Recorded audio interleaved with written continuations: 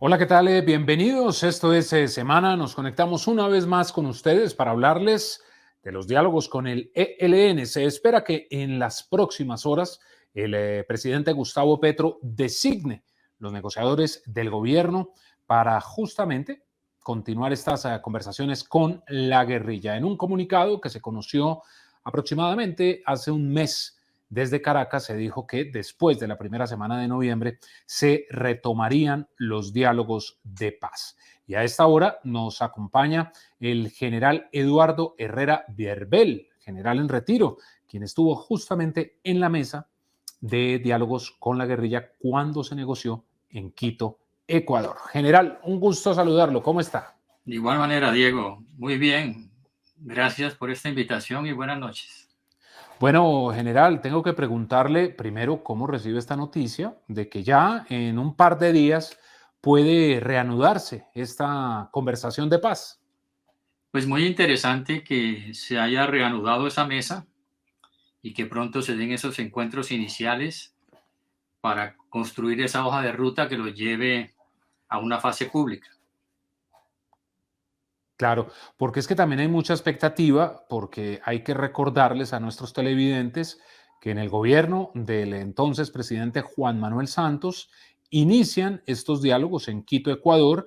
Después hay unos problemas. Ecuador le pide a la delegación del ELN que abandone su país, se trasladan a La Habana, Cuba, y ocurre ese atentado a la Escuela General Santander que da para que se rompa esa mesa de diálogo. En ese sentido, general, ¿desde dónde podrían retomar? Y se lo pregunto es porque han dicho, vamos a empezar desde donde quedamos. Se va a empezar, según entiendo en las declaraciones que han hecho las dos partes, del acuerdo de diálogos firmado en marzo del 2016. Se habla de construir sobre lo construido y se parte pues de ese acuerdo que hasta el momento no ha tenido un solo desarrollo en ninguno de sus puntos. Me imagino que en estos encuentros iniciales pues lo mirarán, se enterarán de los antecedentes, especialmente la negociación del gobierno, y definirán si lo aceptan en su integralidad o si le hacen los ajustes que consideren pertinentes. Claro, pero en ese sentido general, pues digamos, tampoco es que haya habido muchos avances, ¿no? O sea, sí se avanzó en algo, pero tampoco hubo un gran porcentaje de avance. No, no hubo muchos avances, no se comenzó la discusión de un solo punto, únicamente se logró, pues indudablemente ese acuerdo que tiene una importancia capital, el único que ha firmado el ELN en más de 50 años. Además se hizo un cese al fuego de 101 días y se hizo unas audiencias preparatorias en Bogotá para el primer punto de la participación. Básicamente esos son los logros más trascendentes de casi 4 años y medio de negociación. Bueno, ya le voy a preguntar más adelante por lo que sería esta negociación con el ELN, pero por el punto general que le quiero preguntar es porque ha habido una polémica, llamémoslo así. Desde Egipto, altas fuentes de la Casa de Nariño confirmaron que en la negociación con esta guerrilla no iba a haber presencia de militares. Y el ministro de Defensa, Iván Velázquez, dice que sí, que en algún momento puede haber. En la primera medida quiero preguntarle, general, son dos versiones que hay. ¿Esto no genera de pronto un poco de incertidumbre de realmente qué va a pasar con los militares? Que por un lado en la Casa de Nariño se dice no, pero el ministro de Defensa dice sí. Diego, hay que partir en primer lugar que la presencia de un militar en la mesa está dentro del fuero presidencial. Esa es una decisión del presidente. La necesidad de que esté un militar en la mesa solamente se puede definir una vez el presidente pues ponga en conocimiento cuál va a ser la delegación. Y quiero ponerle un ejemplo. Si se va a negociar en una mesa un TLC, normalmente llevan especialistas en ese tema. En este caso, es conveniente la presencia de un militar retirado en la mesa principal porque se va a negociar el fin del conflicto armado con el ELN. Y ese militar retirado además de ser un negociador en los temas atinentes a su representación que hace de las fuerzas militares, es un asesor técnico de alto nivel para el resto de la delegación. Si usted me pregunta, ¿es necesario? Pues es una decisión del presidente, pero sí es conveniente tener un militar en la mesa y ha sido una tradición desde las negociaciones del presidente Betancourt con la Comisión de Paz. Y usted tiene razón en eso, y en los hechos más recientes, general, mire usted lo que ocurrió en La Habana, Cuba, en la negociación con las FARC, en donde estuvo el general Naranjo, el general Mora, y hubo participación de distintos integrantes de las fuerzas militares. En un principio, estas conversaciones, por todo lo que ocurría en ese momento, pues fueron bastante fuertes, pero las partes reconocieron que ese trabajo entre opuestos fue justamente lo que permitió lograr todo ese tipo de acuerdos. Es que finalmente son los actores de la guerra, ¿no, general? Hay dos instancias. Una instancia en la mesa principal donde debe, si a bien lo considera el gobierno, estar un militar en retiro. Y hay otra instancia cuando se vaya a tratar de la construcción de un cese al fuego, que estén los militares activos para que den una asesoría técnica en la construcción de los protocolos y del acuerdo. Pero en esa mesa política, llamémoslo así, o principal, se construye y se pacta el cese al fuego desde el orden político. Y ese cese al fuego en ese momento necesita, a mi modo de ver, la presencia de un militar retirado en la delegación que asesore a esta en ese tema tan sensible para la seguridad nacional. Claro, general, porque es que eso que usted dice es muy importante, porque uno podría pensar que sin duda los negociadores que va a nombrar el presidente Gustavo Petro, pues van a ser personas de mucha experiencia, con un bagaje, que tienen un contexto del conflicto en nuestro país, pero como le decía ahora, es que los militares, quienes integran las fuerzas militares, conocen realmente lo que pasa en el terreno, y por eso uno podría pensar que es importante que haya alguna participación. Yo creo que es importante, se ha venido haciendo, tuve esa experiencia allá en la mesa con el ELN en 4 años. Creo que también es un punto de apoyo muy importante para la delegación del gobierno, una comunicación directa con las fuerzas militares y unas apreciaciones que la experiencia de tantos años en el conflicto le permite a ese negociador militar en retiro, pues asesorar no solamente al jefe de la delegación, sino a todos, inclusive ilustrar mucho a los países garantes y acompañantes en cómo ha sido el desarrollo del conflicto armado. En ese sentido, ¿cómo fue ese complemento entre el doctor Juan Camilo Restrepo, quien fue el jefe de la delegación del gobierno, y entre usted, general? Es decir, los dos con un amplio bagaje, conocimiento, pero el doctor Restrepo, uno podría pensar que la experticia de él no es el tema del conflicto en nuestro país, que usted sí lo tiene perfectamente, conoce todo lo que ha ocurrido durante todos estos años. En primer lugar, tuvimos una fase exploratoria de 28 meses. Quien estaba como jefe de la delegación fue Frank Per. Y de Ujú. ahí nació el acuerdo de diálogos que hago referencia del 2016.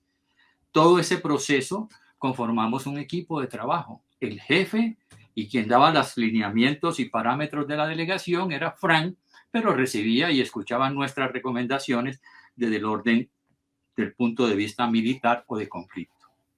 Con Juan Camilo, pues todos conocemos su trayectoria, su capacidad intelectual, pero también tuvimos una relación muy importante, muy integrada en equipo, hasta tal punto que logramos ese cese al fuego de 101 días, que ha sido uno de los elementos más importantes en esta negociación.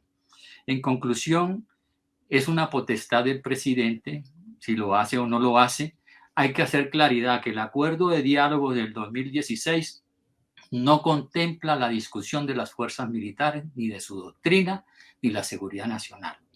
Eso sería un buen punto para que se tenga en cuenta, para que se siga en ese proceso, pues evacuando los otros puntos, pero sin involucrar en la discusión a las fuerzas militares que no está contemplada. Sí. General, cuando arrancaron las negociaciones, ¿cómo le fue a usted con el ELN? ¿Hubo molestia por parte de ellos? ¿Usted sintió como un rechazo? ¿Cómo fue eso? ¿Se puede contar algo de lo que ocurrió? Sí, se puede contar, claro, y lo conté en el libro que escribí de esa experiencia, Diego. Ujú. A mí me llamó mucho la atención es el respeto que en los dos sentidos tuvimos en la mesa. Yo nunca tuve una falta de respeto de ninguno de los miembros del ELN en 4 años que estuve sentado con ellos. De igual manera, de mi parte, siempre les hablaba con respeto, con firmeza en mis posiciones, pero buscando que la armonía y del ambiente en la discusión se dieran los mejores términos. Yo tengo una experiencia en ese sentido muy positiva, sin decir con esto que no había momentos de tirantes o difíciles, pero que los supimos superar con el diálogo civilizado. Ujú. Y es importante, o son importantes estos detalles por ese diálogo franco, ¿no? En general, digamos, se lo he venido insistiendo a lo largo de esta conversación, pero cuando usted dice que ellos también le hablan con respeto a usted o le hablaron con respeto a usted, es porque justamente saben que usted tiene una trayectoria, un recorrido que se ha preparado y que ha luchado para defender a los colombianos. Así es, y uno en la mesa, cuando se argumenta, se puede argumentar con mucha firmeza, se puede mantener unas posiciones no extremas, pero sí posiciones firmes, sin necesidad de pasar la raya de la agresividad verbal. Con ellos había discusiones muy fuertes, muy largas, muy profundas, pero como le digo, siempre primó el respeto mutuo. Y yo creo que eso es muy importante porque el respeto no es claudicar ni sus principios, ni sus conceptos, ni sus posiciones. El respeto es porque en una mesa se necesita que las dos partes puedan escucharse de manera civilizada. Está clara su postura y es que es el fuero presidencial el que va a definir si un militar en retiro hace parte de la mesa de diálogo. Pero en un caso hipotético, general, si el presidente Petro le pidiera a usted un consejo de si debe tener o no a un militar en la mesa de diálogo, ¿usted qué le diría? Si lo llama y le dice, general Herrera, mire, quiero saber qué es más conveniente hacer, ¿usted qué le diría? Bueno, yo no espero tal vez esa llamada, se lo digo con toda sinceridad, pero sí le podría expresar a usted, Diego, que es importante, es esencial que un militar en retiro esté en el cierre del conflicto armado en la mesa de negociación principal y en uso de retiro con el objeto de que no comprometa a personal en actividad. Y el otro componente, en un cese al fuego debe estar un componente de militares y policiales en actividad para definir los protocolos de un cese al fuego. Si se me llegara a preguntar, como usted ha planteado esa hipótesis, le daría mi punto de vista a quien me lo solicite, que no dejen al militar por fuera. El Ujú, conflicto lo han vivido los militares y lo mínimo que pueden hacer es estar en su cierre. claro. Y ya hablando de la negociación nuevamente, general Herrera, ¿usted cree que va a ser fructífera? Es decir, el ELN es una guerrilla compleja, se llevan décadas intentando hacer la paz con ellos. ¿Usted cree que esta vez sí va a ser? Pues si uno pudiera mirar, o no pudiera, si uno mira esta situación que se está viviendo en Colombia en este momento, yo aprecio que es la última oportunidad de hacer una búsqueda de una solución política a ese conflicto con el ELN. Pero al decir esto no estoy expresando una premisa inequívoca que va a ser así. Me parece que va a ser una negociación difícil, una negociación larga, una negociación que hay que prepararse para entender a ese interlocutor en la mesa, para que el interlocutor entienda también los mensajes de su contraparte, en este caso el gobierno del presidente Petro. Estamos en un marco diferente, en la paz total, en un gobierno de una ideología de izquierda. Todos estos elementos pueden sumar, pero no van a ser, a mi modo de ver, definitivo. Va a ser una negociación larga, profunda y muy difícil. Sí, porque la apuesta del gobierno dentro de la paz total, o lo que manifestó el presidente Petro en la campaña, es que esperaba que fuera una negociación rápida, pues que no tardara mucho en el tiempo. General, ¿está de acuerdo con esa propuesta que al parecer van a implementar de punto acordado, punto implementado. ¿Eso es así de sencillo? No, ni es sencillo y tampoco estoy de acuerdo. Y la razón es muy sucinta, muy clara. Eso, a mi modo de ver, se convierte en una veeduría armada de la implementación de los acuerdos parciales, y eso es inaceptable. Los acuerdos deben implementarse al final, cuando todo esté definido, con las garantías y el seguimiento a esa implementación para que se cumpla realmente. Pero acuerdo firmado, acuerdo implementado, es una veeduría del ELN. Hasta tanto me cumpla, seguimos. Y eso me parece que va a generar más trabas en la mesa que mejorar su dinámica.